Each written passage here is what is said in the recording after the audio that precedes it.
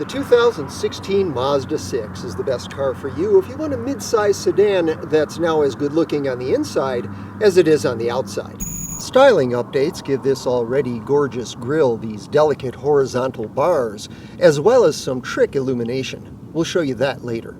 But the big change is in here, where some pretty ordinary decor has been replaced by more stylish, upscale design. It's a big improvement, but did Mazda go far enough in addressing this car's more pressing needs? I'm Chuck Giametta. Join me for a car preview video review of the 2016 Mazda 6.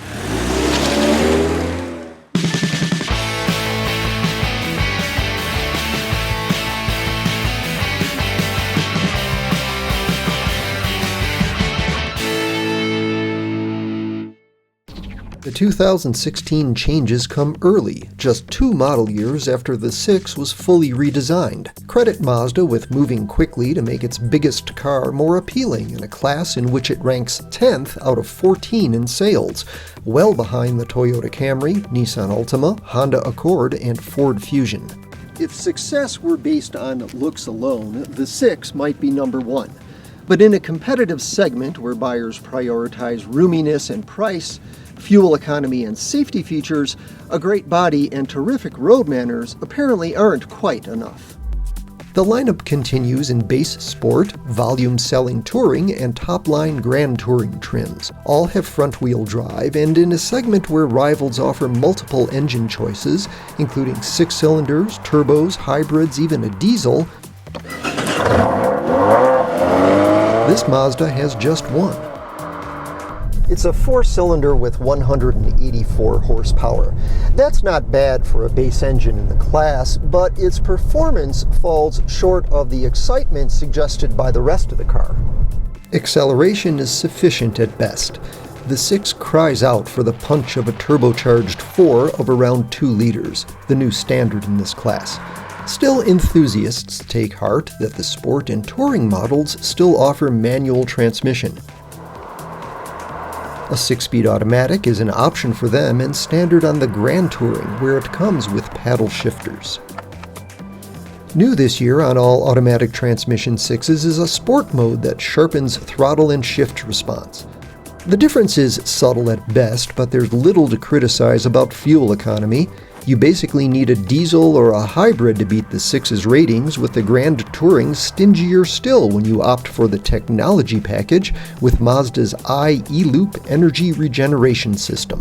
And nothing in this competitive set feels more nimble. Tight steering and a suspension that invites you to attack corners makes for one very involving family car.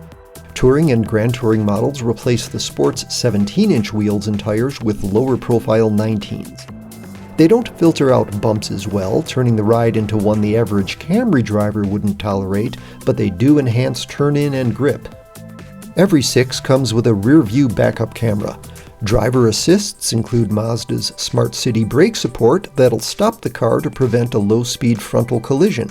It's optional on Touring and standard on Grand Touring. Only the Grand Touring is eligible for radar cruise control and lane departure warning.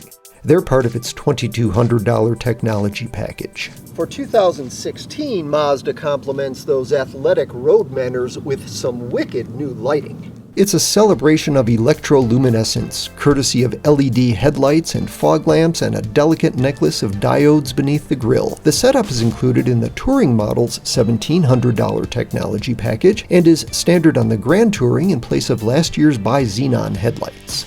That cutting-edge lighting fits the spirit of this new dashboard and console. They're purposeful and contemporary. Materials quality is excellent. A highlight is this 7-inch tablet-like screen that's new for automatic transmission models. It replaces a 5.8-inch display and is an improvement in clarity and positioning. It accesses various vehicle, information, and entertainment systems through Mazda's well-designed cluster of console buttons and knobs, themselves flanked by another new feature, an electronic parking brake. Overall, this is the sportiest cabin in the class, with a small diameter steering wheel and sports car-worthy main gauges. Newly standard on the Grand Touring is this plastic panel that puts vehicle speed and a few other data points in the driver's line of sight. It's not as comprehensive as a true head-up display and deploys when you start the car and stays deployed whether you like it or not.